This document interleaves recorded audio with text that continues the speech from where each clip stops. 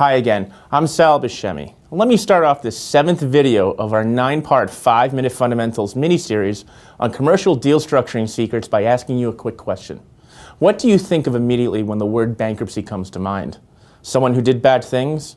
Maybe someone irresponsible with their credit? A broke flake? A brother-in-law? Well, that's true in retail bankruptcy. But in this 8th video of this 9-part 5-minute fundamentals mini-series on commercial deal structuring secrets, we're going to discover that bankruptcy is a very powerful tool in commercial real estate and in business in general. There's a $1.4 trillion loan bubble that's coming due. And do you think most of them will be in the form of a bankruptcy before these opportunities come to you? If you said yes, then you'll want to watch this next whiteboard very carefully. Welcome back to the 7th series in our 9-video installment series of commercial deal structuring secrets. Let me start out with a question for you. Who is the person on earth closest to God? That would be a bankruptcy court judge, because they have the power to do anything.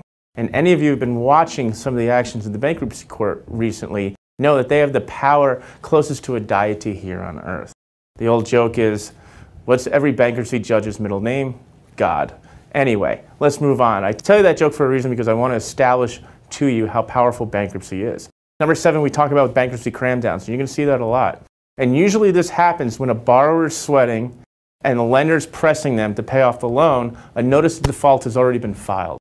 So now there has been a legal action that has been taken against the borrower. The borrower is going to exercise his or her right to file bankruptcy to protect their equity interest. Now, it's usually a dance that happens. Usually the lender's trying to say that the borrower is incompetent, there's no equity in the project, and so what they have to do is they have to bid it in or bring it in-house and find someone else to take over this project. Whereas on the other side, the borrower is trying to prove that there's real project equity in the deal, and that's what he's trying to convince the judge, that he just needs a little more time, changing of terms, lowering interest rate, or cramming down the principal amount due in order to get the project realized to its highest and best use. So how does this work? Sponsor usually can't refi out of a loan. You're going to see that happen a lot. You have $1.8 trillion in commercial loans that are coming due over the next 3 years. You're going to see a lot of these opportunities.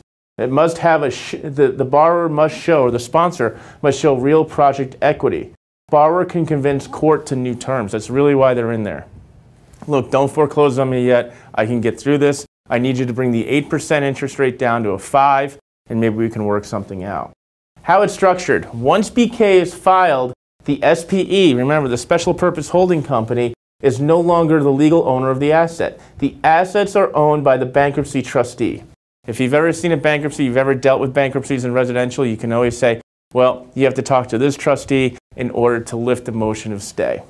Bridge lender pays off loan at discount, or they get some sort of operating capital. This is where you make money over here because you can provide what's called debtor in possession loans. We talk about this extensively on the webinar, and really it's a very powerful instrument to be invested in or to be using, because that gives you what we call super priority status, meaning nobody's ahead of you. Because the bankruptcy trustee has blessed and said that this loan is has more priority than any other liens in the capital structure, including sometimes property taxes and definitely the senior lien holder. Would you like to have those loans in your portfolio? They're great, and there's going to be a lot of opportunities coming up for that type of stuff. There's also, this is the way it's done, it's usually a commitment lender from a bridge lender or an institutional investor such as us issues what we call a commitment letter or a term sheet to the courts, and what that is that expresses exactly the amount and how we see the value of the property. And that's how you make money off of interest and points and fees off of this, by providing what we call DIP financing, debtor in possession financing. We haven't seen it lately, but when times get bad, sometimes you can negotiate some equity off of those deals too. And that's a great way for you to create wealth by amassing a lot of these hope certificates, a lot of equity, passive equity stakes in these deals. The style is highly aggressive. I know you thought I wasn't going to do anything that was mildly aggressive or moderately aggressive, but it's highly aggressive.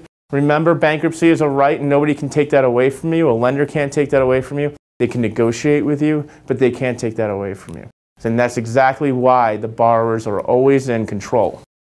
Best asset classes, every single one of them, but you have to make sure that they have identified experienced operators and sponsors, because those good operators and sponsors are going to turn bad deals into good ones, and that's how you really realize your hope certificates because when it comes time to refinance or sell that property, that's how you're going to get paid off and really collect the big fat paychecks.